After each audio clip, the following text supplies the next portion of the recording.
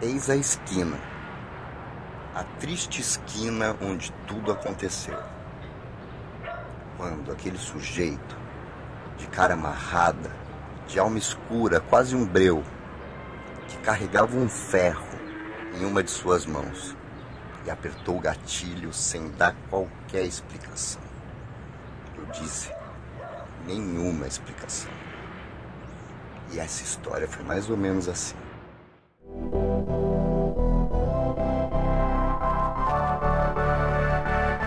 Todo mundo devia nessa história se ligar, porque tem muito amigo que vai pro baile dançar. Esquecer os atritos, deixar as brigas pra lá e entender o sentido quando o DJ detonar.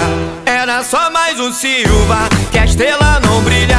Ele era funkeiro, mas era pai de família. É só mais um Silva, que a estrela não brilha.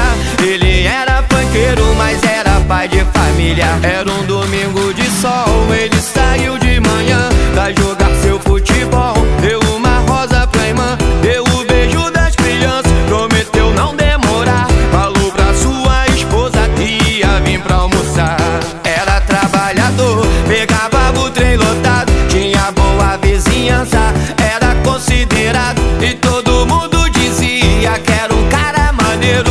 Outros o criticavam porque ele era funkeiro. O funk não é modismo, é uma necessidade, é pra calar os gemidos que existem nessa cidade. Todo mundo devia nessa história se ligar, porque tem muito amigo que vai pro baile dançar. Esquecer os atritos, deixar as brigas pra lá e entender o sentido quando o DJ detonar.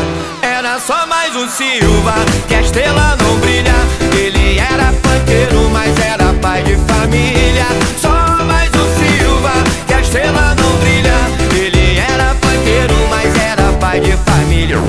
E anoitecia, ele se preparava, é pra curtir o seu baile que em suas veias rolavam. Foi com a melhor camisa, tênis que comprou suado, e bem antes da hora ele já estava arrumado. Se reuniu com a galera, pegou o bonde lotado, os seus olhos brilhavam, ele estava animado. Sua alegria era tanta ao ver que tinha chegado. Foi o primeiro a descer e por alguns foi saudado. Mas naquela triste esquina o sujeito apareceu, com a cara amarrada, sua alma estava com breu.